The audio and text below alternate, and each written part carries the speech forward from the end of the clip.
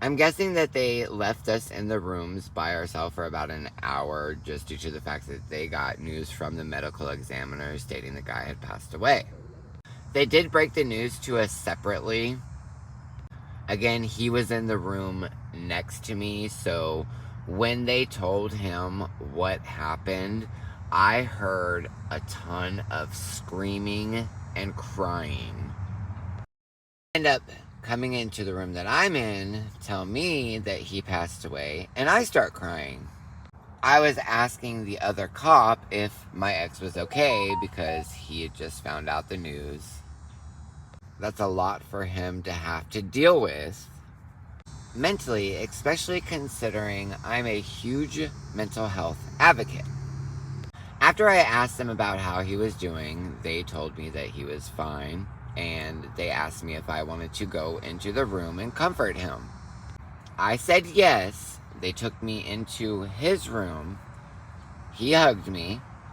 He started crying. I was already crying. I was on the ground with him, holding him, consulting him. He was kind of screaming. He was distraught.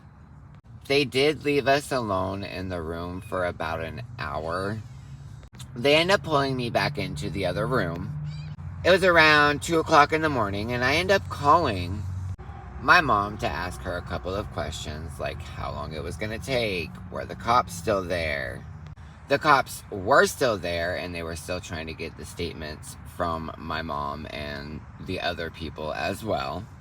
She did end up asking me on the phone if I had a weapon. I told her just like a little antenna, which is like what you screw into your car to get like better signal for your radio, which we did end up giving to the cops later for evidence. She ends up asking me if I had the knife, and I tell her no. About 15 minutes later, after I get off the phone with my mom, the cops end up coming into the room.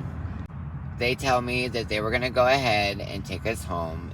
They did not know how they were going to proceed moving forward. So they said that they would keep in contact and let us know within a couple of days. They needed to do further research and compare stories. Once they took us back to the house, my ex barely slept. He stayed up pretty much crying all night. I tried to be as comforting as possible to him, just considering that he had just killed somebody. The next morning, I woke up, I made him breakfast. I tried to do everything in my power to make sure that he was